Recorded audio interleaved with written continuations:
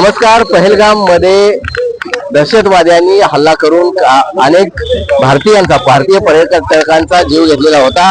या घटनेनंतर अनेक ठिकाणी या घटनेचा निषेध झाला. संपूर्ण भारतभरातून या घटनेचा निषेध झाला आणि पाकिस्तानला चोख उत्तर देण्याची मागणी अनेक स्तरामधून होत होती. या निमित्तानं भारताचे पंतप्रधान नरेंद्र मोदी यांनी ऑपरेशन सिंदूर हे राबवलं आणि या ऑपरेशन सिंदूरच्या माध्यमातून या पाकिस्तानला धडा शिकवण्याचं काम केलेलं आहे. या निमित्तानं हा जो हल्ला आपण भारतीयांनी केला आहे, स्टिंग ऑपरेशन आपण जे केलं त्याचा आनंदोत्सव साजरा करण्यासाठी आज सांगलीमध्ये भाजपाच्या वतीनं आणि समस्त सांगलीकरांच्या वतीनं या ठिकाणी तिरंगा रॅली काढण्यात आली. आणि या रॅली संदर्भात आपल्याशी बोलण्यासाठी सांगली जिल्ह्याचे जे माजी सैनिक आहेत, त्यांची जी संघटना आहे, त्या संघटनेचे अनेक माजी सैनिक आपल्या बरोबर सध्या आहेत. आपल्या बरोबर माजी विंग कमांडर आहेत नवले साहेब. आपण त्यांच्याशी बोलूया, त्यांची प्रतिक्रिया यावर काय जाणून घेऊया. नमस्कार. ऑपरेशन जे सिंदूर आपण राबवलं काही दिवसांपूर्वी, त्या संदर्भात एक माजी सैनिक म्हणून तुमची काय प्रतिक्रिया? अतिशय सुंदर ऑपरेशन झालेलं आहे. अतिशय म्हणजे काय की आतापर्यंत कुठलीही युद्ध झाली नाहीत, ते 3-4 दिवसामध्ये आपल्यासारखा रिझल्ट लावून घेणारं हे पहिलं युद्ध आहे. आणि हे युद्ध इतिहासामध्ये इतकं शाईन होईल की आता पूर्वीची कशी युद्ध व्हायची तशी आता युद्ध होणार नाहीत. आपल्याच एरियामध्ये राहून शत्रूचा नाश करणे हे या युद्धातून समजलेलं आहे. आपल्याला खरंच शत्रूच्या एरियामध्ये जाऊन त्यांचं डिस्ट्रक्शन करणं काही गरजच नाही. आपली एअर डिफेन्स चांगली ठेवायची आणि आपल्या ह्याच्यामध्ये राहून दुसरीकडे जसं आपले रफाल वगैरे आहेत, तुमचं अब्दुल कलामनी तुमचे आकाश किंवा तुमचे बाकीचे मिसाईल्स आहेत, इतके चांगले आहेत की तुम्ही ±1 मीटर मध्ये ते तुम्ही टार्गेटला मारू शकता. म्हणजे एवढी अॅक्युरेसी चांगली आहे. त्यामुळं आता सगळं जे आहे वॉर हे तुमचं बटन वॉर होणार आहे. तुम्हाला आर्मी जाणार, फक्त ती एरिया कॅप्चर करणार, एवढंच होणार आहे. आर्मीचा रोल पुष्कळसा कमी झालेला आहे. त्यामुळं हे जे संपूर्ण जगाला जे भारतानं शिकवलं की युद्ध कसं लढायचं आहे, त्यातलं हे सगळ्यात बेस्ट उदाहरण. आपल्या बरोबर माजी सैनिक जी संघटना आहे सांगली जिल्ह्याचे, त्याचे कार्याध्यक्ष आहेत, आपण त्यांच्याशी बोलूया. अनेक माजी सैनिकांचं अशी प्रतिक्रिया आलेली आहे काही दिवसांमध्ये या की आम्हाला पुन्हा जर सीमेवर बोलवलं तर आम्ही जायला तयार आहोत आणि लढायला तयार आहोत. माजी सैनिक म्हणून तुमचे संघटनेकडून तुम्ही एक पदाधिकारी म्हणून तुम्ही काय, आज भारत देशाचे सर्व माजी सैनिक असे पेटून उठले आहेत पाकिस्तानच्या विरोधात की पाकिस्तानचं आपल्या भारतच्या सिंदूर मिटवण्याचा प्रयत्न केला. आणि त्यांनी सांगितलं की हिंदू आहे का मुस्लिम आहे असं विचारणं हे फार मोठं चुकीचं आहे. दहशतवाद्यांनी जे केलंय हे कारवाई फार चुकीची केलंय.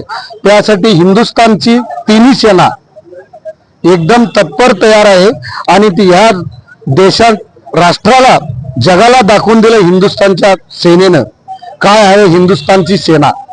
तर हिंदुस्थानची सेना ही देशामध्ये प्रबळ आहेत, पण जगामध्ये सुद्धा सर्वात उत्कृष्ट सेना आहे. आज या माध्यमातून मी सांगू शकतो की आज आपण पाहत आहे देशभर सर्व माजी सैनिक आणि माजी सैनिक परिवार सुद्धा पेटून उठलेला आहे आणि आपल्या मोदी सरकारला सांगत आहे की आम्ही सुद्धा आजच्या डेटला तयार आहोत सीमेवर जाण्यासाठी आणि लढण्यासाठी, आणि आम्ही लढणार आणि जाणार.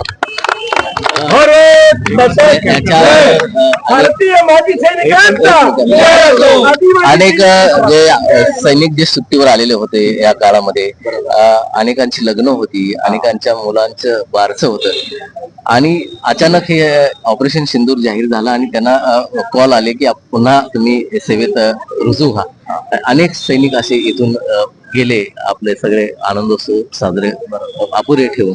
तर या सैनिकांचं मनोबल पुन्हा एकदा ताजं करण्यासाठी किंवा वाढवण्यासाठी माजी सैनिकांची काय प्रतिक्रिया राहील आणि तुम्ही एक पदाधिकारी म्हणून तुमची काय प्रतिक्रिया? नमस्कार, मी veteran group captain Shrikant Walwadkar, एअरफोर्समध्ये 27 सर्व्हिस करून मी रिटायरमेंट घेतलं. आणि एक सांगतो की इमोशन्स अपार्ट, म्हणजे इमोशन महत्वाचे नाही आहेत. ऍक्शन, जेव्हा ऍक्शन सुरू होते तेव्हा माझं लग्न झालंय, माझं हे झालं, हे महत्वाचं नाहीये. ओके, इमोशन्स दाखवायला एक वेळ असतो, एक काळ असतो, इथं नाहीये तो. त्यामुळे एक सांगू इच्छितो की ही जी रॅली आपण कंडक्ट केली आज, सिव्हिल सोसायटी आणि आर्म फोर्सेस, ओके, आज मी माजी सैनिक आहे, कारण शहीद सैनिक नाहीये, ही सगळ्यांची भावना आहे. आणि 92 वर्षाचे एक कर्नल पाटील आहेत, त्यांचं वाक्य होतं की आज मला बोलवलं तर मी जाणार आहे. ही प्रत्येक सैनिकाची भावना आहे की मी इथं काय करतोय, मी फिट आहे, मला जाण्याची इच्छा आहे. ही भावना तशी तयार होते. त्यामुळे इमोशन्स की घरी लग्न होतंय, हे होतं, दीज आर त्याचं सेकंडरी आहे. देश महत्वाचा ना. मग देश से है प्यार तो हर पल ये कहना चाहिए, मैं रहूं या ना रहूं भारत ये रहना चाहिए. ही सगळ्यांची भावना आहे आणि अशा देशासाठी मरायला तर अभिमान वाटतो. आज सांगलीमध्ये सर्वसामान्य लोकांची एकत्रित येऊन तिरंगा रॅली झाली. ही तिरंगा रॅली याकरता होती की आपल्या देशाचे कणखर पंतप्रधान नरेंद्रजी मोदी यांच्या नेतृत्वाखाली आपल्या सैन्यानं, मग तिन्ही सैनिकानं, सैन्य दलातील सैनिकांनी ज्या पद्धतीनं पाकिस्तानच्या दहशतवादी जे अड्डे आहेत ते उद्ध्वस्त केले, तर ती जी आपली अभिनंदनपर अशी लढाई झाली होती, पाकिस्तानबरोबर जे वॉर झालं, तर त्याच्यासाठी म्हणून त्यांचं अभिनंदन करण्यासाठी आजची ही तिरंगा रॅली काढलेली आहे. या तिरंगा रॅलीमध्ये सर्वसामान्य, सर्व लोक, सर्व धर्माचे, सर्व जातीचे, आजी माजी सैनिक सर्वच जण याच्यामध्ये सामील आहेत.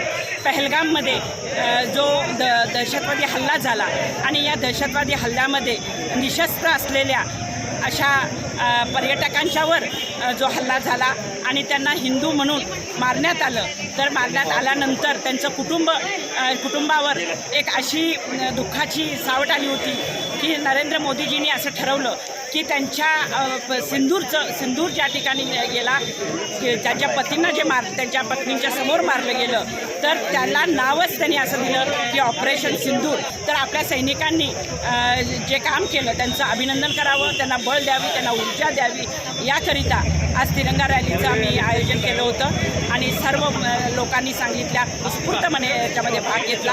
आज इथलं जे शहीद स्मारक आहे त्या ठिकाणी येऊन आम्ही फुलं वाहिलेली आहेत. आपले देखील जवळपास 5 सैन्यातले लोक शहीद झालेले आहेत, त्यांना देखील आपण भावपूर्ण श्रद्धांजली केलेली आहे. आपले जे लोक मृत्युमुखी पावले त्यांना देखील आपण श्रद्धांजली केलेली आहेत. आणि एक वेगळं वातावरण आपल्या देशामध्ये आहे की आपल्या देशावर जो हल्ला झाला होता त्या हल्ल्याचा बदला घेतलेला आहे.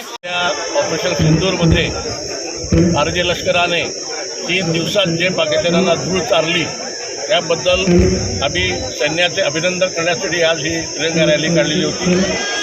मोठ्या संख्येनं माजी सैनिक आणि सर्वच पक्षीय कुठे अभिनय न ठेवता भविष्य नागरिक आज या रॅलीमध्ये आलेले होते आणि खूप उत्स्फूर्त रॅली निघाली. नंतर शहीद स्मारकावर आम्ही त्याला आदरांजली वाहून आज आम्ही हा कार्यक्रम संपवलेला आहे. धन्यवाद.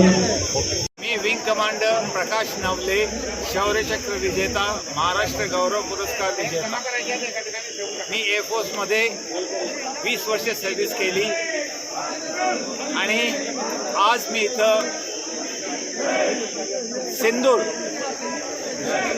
ऑपरेशन सिंदूर, आपण सगळ्यांनी इथं विजय दिवस मनवण्यासाठी सगळेजण आपण जमलो आहे. या ऑपरेशनमध्ये सगळ्यांनी भाग घेतलेला आहे, आर्मी, नेव्ही, एअरफोर्समध्ये.